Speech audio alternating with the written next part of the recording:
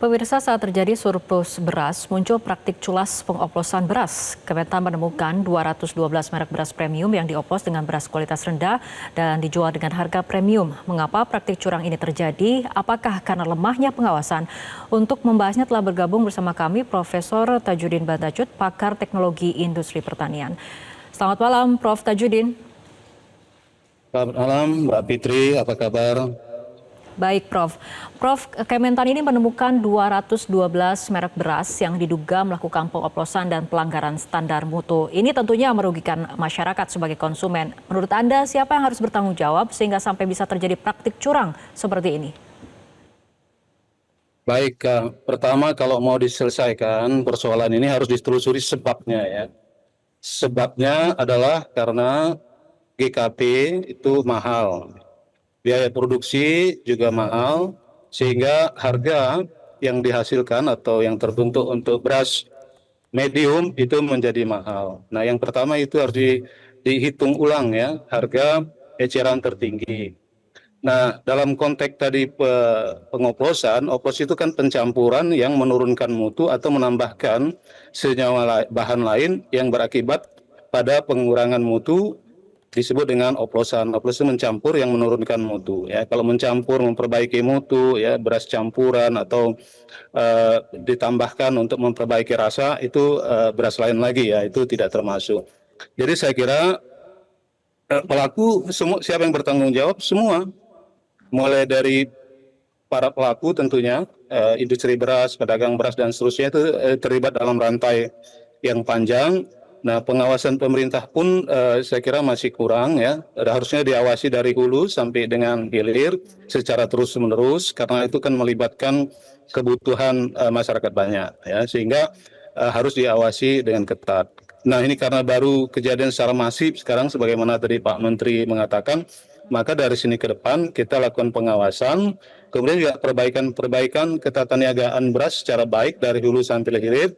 Semua pelaku di setiap rantai itu harus memahami bahwa beras adalah bahan pangan pokok semua. Apabila dilakukan kecurangan dalam tanda kutip tadi oplosan, maka akan merugikan sepanjang rantai itu kecuali pelaku-pelaku yang culas untuk menurunkan mutu dengan menambah beras kualitas rendah tapi diklaim sebagai beras premium. Nah, oleh karena itu saran saya sih perbaiki tata niaga mulai penetapan HIT yang saya kira rasional, kemudian juga pengawasan yang ketat. Saya kira gitu Mbak Fitri. Oke, nah Prof, ini fenomena beras oplosan seperti ini menjadi gambaran apa terkait kondisi pangan dalam hal ini beras? Nah, memang ini sangat merisaukan ya, karena ketika kita surplus beras, ya kita bergembira dan berbahagia surplus walaupun baru 1 tahun ya, karena disebut dengan sembada dan surplus itu paling tidak 5 tahun berturut-turut ya.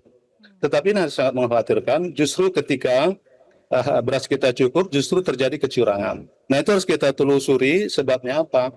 Kalau menurut saya sih diawali dari penetapan GKP harga gabah kering panen yang 6.500, bahkan sekarang di beberapa daerah sudah 9.000.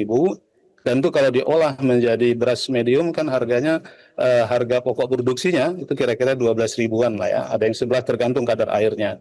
Nah, karena itu menurut hemat saya ini perlu ditata ulang ya dari hulu sampai hilir. Saya kira sudah wajarnya kita mensejahterakan petani melalui peningkatan harga harga pembelian pemerintah ya, khususnya untuk gabah kering panen. Karena dengan itulah petani mendapatkan pendapatan yang lebih baik. Tetapi kan hilirnya pun harus ditata ulang gitu ya. Karena akan terjadi kenaikan harga beras di pasaran sudah pasti karena bahan bakunya naik, maka harga pokok produksi naik ditambah margin hasilnya akan bertambah. Nah, sehingga pemerintah sekarang fokus di pengawasan dan mensubsidi mereka yang terkena dampak. Sehingga pasar tetap jalan, tetapi orang-orang yang di bawah garis kemampuan membeli beras akibat kenaikan harga juga dikelola. Saya kira itu Mbak, tidak bisa diselesaikan satu sisi saja. Bahwa tadi Pak Menteri mengatakan yang pelaku yang curang harus dihukum, ya itu tentu saja. Itu kan itu adalah kaidah logis ya, siapa yang melanggar harus datang.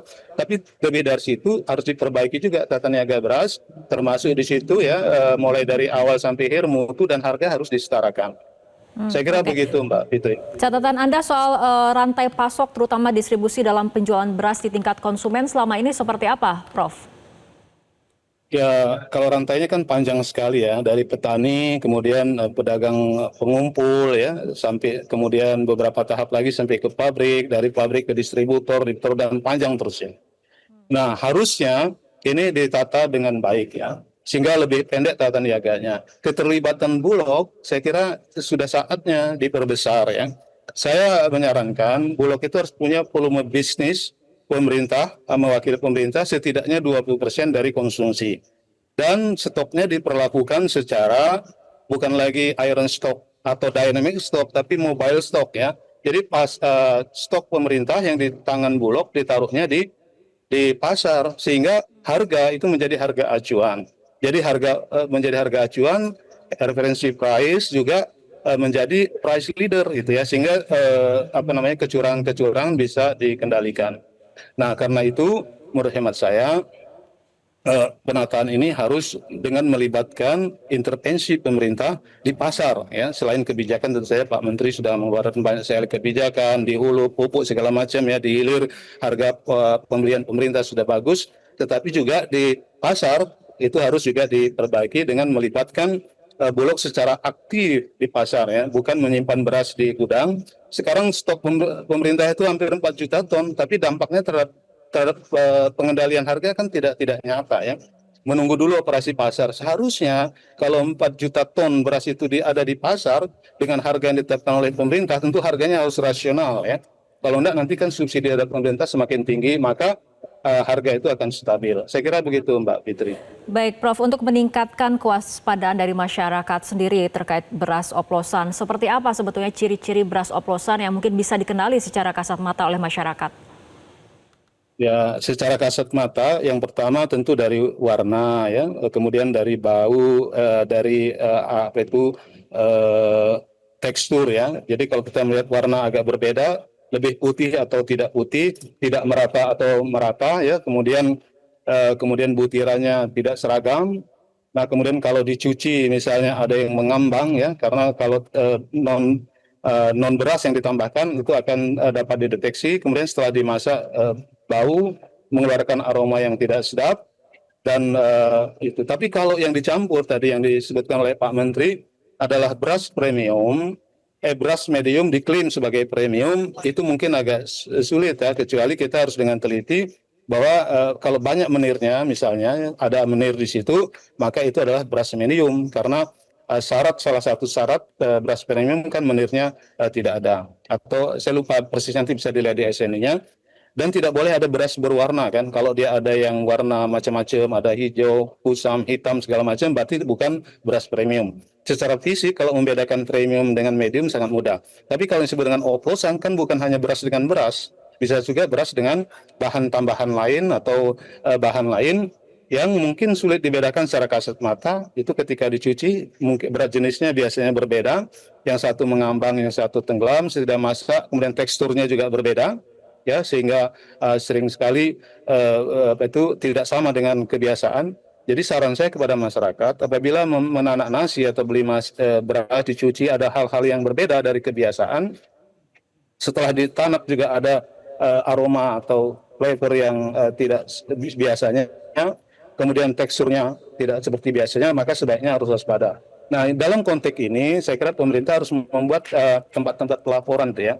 Dan tidak bisa juga diklaim sepintas ini adalah oplosan gitu ya, tanpa ada ahli yang melihat. Mungkin ada di pusat badan-badan pangan daerah membuka pelayanan ini palsu atau tidak palsu, ini oplosan atau tidak oplosan, premium satu atau medium misalnya.